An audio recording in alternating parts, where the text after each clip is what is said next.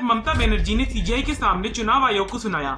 ममता बनर्जी की जो दलीलें हैं वो सुनकर बीजेपी हैरान है कि कैसे ममता बनर्जी की दलीलें सुनकर चुनाव आयोग को सीजीआई ने थमाया नोटिस, और एक वकील के तौर पर ममता बनर्जी की शानदार दलीलें। सुप्रीम कोर्ट में एक वकील के तौर पर ममता बनर्जी ने कैसे चुनाव आयोग की धज्जियां उखाड़ी है, इस वीडियो में आपको पता चलेगा। आप जानते हैं कि ममता बनर्जी जो बंगाल के अंदर चुनाव लड़ती रहती है आमतौर पे, कि जो न्याय है उसमें जितनी देरी हो रही है जनता के बीच, उतना ही एक तरह से चिंता पैदा हो रहा है। और दोस्तों, आज का दिन देश के इतिहास में हमेशा के लिए दर्ज किया जाएगा, क्योंकि आज पहली बार इतिहास में किसी राज्य के सिंह सीएम को कोर्ट में खुद एक वकील के तौर पर पेश होता देश ने देखा है। और ममता बनर्जी अपने राज्य को किस तरह रिप्रेजेंट कर रही हैं, सुप्रीम कोर्ट में ना केवल धुआंधार है बल्कि ये भी बताता है कि चुनाव आयोग वर्सेस और ममता बनर्जी की लड़ाई किस कदर संगीन हो गई है। और हालात अब ये है दोस्तों कि चुनाव आयोग को जबरदस्त तरीके से लताड़ा है, और एक वकील के तौर पर ममता बनर्जी ने जो सीजीआई की अदालत हुई थी वहां पे, आप जानते ही होंगे कि दोस्तों की जो सुबह ही सबसे पहले जो मैंने आपको एक खबर दिखा दी थी कि इसके जरिए मैंने आपको बताया था कि क्योंकि ममता बनर्जी खुद भी जो प्रचारिक दाखिल कर चुकी है और चुनाव आयोग के खिलाफ जो है, और इसके पार की कुछ जो सांसद है वहां के ने याचिका दाखिल की है। उस मामले में आज कोर्ट में सुनवाई होनी थी और ममता बनर्जी खुद पेश हुई, क्योंकि वह एलएलबी ग्रेजुएट है। वह खुद पेश हुई और कोर्ट में इसे पूरे मामले को अपने राज्य का पक्ष रखते हुए, और उसके बाद किस तरह से उन्होंने चुनाव आयोग के वकील को धोया है, ये देखना दिलचस्प है दोस्तों। हमें न्याय नहीं मिल रहा है। जोरदार बहस की ममता बनर्जी ने और चुनाव आयोग के वकील को लताड़ते हुए। और जो दोस्तों, मैं आपको एक बात बताता हूं कि जो ममता बनर्जी की तरफ से जो सीनियर एडवोकेट थे श्याम दीवान, जो रिप्रेजेंट कर रहे थे, वह चीफ मिनिस्टर खुद भी मौजूद थे और कपिल सिब्बल भी मौजूद थे, और कोर्ट रूम में ही जो कपिल सिब्बल ने भी दलीलें दी। और इस बीच लगातार जो दलीलें आगे बढ़ रही थी, जो ममता बनर्जी के वकील दीवान उनके बगल में खड़े हुए थे, वो बोल रहे थे कि आप देखिए ममता बनर्जी भी खड़ी हुई है, लेकिन इस बीच ममता बनर्जी बीच में आती है और ममता बनर्जी दरखास्त करते हुए कोर्ट में वो खड़ी हो जाती है और कहती है कि मैं स्पष्ट कह सकती हूं कि मैं उसी राज्य से, मैं आपकी कृपा से यहाँ न्यायालय के समक्ष मेरा प्रणाम प्रस्तुत है। बहुत बहुत धन्यवाद, और विपक्षी वकीलों को भी मेरा विनम्र प्रणाम। समस्या यह है कि जब सब कुछ समाप्त हो जाता है तो तब हम न्याय नहीं मिलता। जब न्याय दरवाजे पर दस्तक देता है तो तब हमें लगता है कि हम कहीं न्याय नहीं मिलेगा। मैंने चुनाव आयोग को पत्र लिखे, और मैं कोई महत्वपूर्ण व्यक्ति नहीं हूँ। मैं आपकी पार्टी के लिए नहीं लड़ रही हूँ sir. The problem is always कि ओवरलिफ्टिंग द पावर, और जो पावर जो है गलत यूटिलाइजेशन किया जाता है। और जो रेजिमेंट थे अपना फ्रॉम द बिगिनिंग, और but sir when the overthinking and eventually will be not getting, मतलब आप देखिए ये सारी जो भाषा, इस लैंग्वेज का उपयोग जो है ममता बनर्जी ने आज जो है सांसद के कोर्ट के अंदर जो है किया।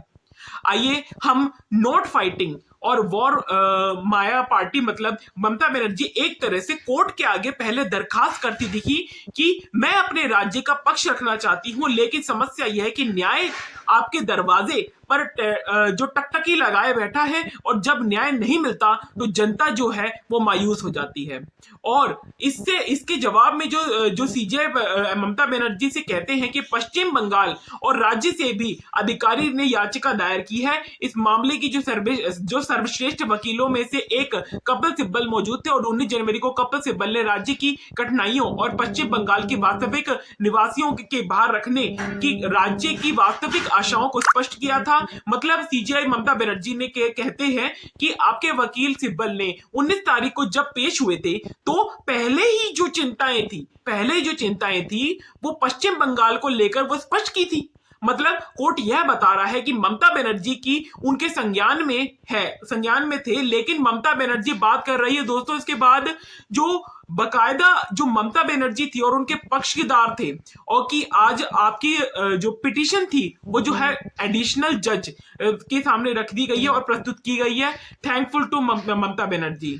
देखिए इतने सारी बातचीत जो है ममता बनर्जी से हुई, और ममता बनर्जी ने आज जो वकीलों को पछाड़ा है, जो कोर्ट में खड़े रहकर वकीलों को इस प्रकार धोया है, उससे पता चलता है कि उनकी एलएलबी की ग्रेजुएट डिग्री वो अभी तक किसी भी प्रकार भूली नहीं है।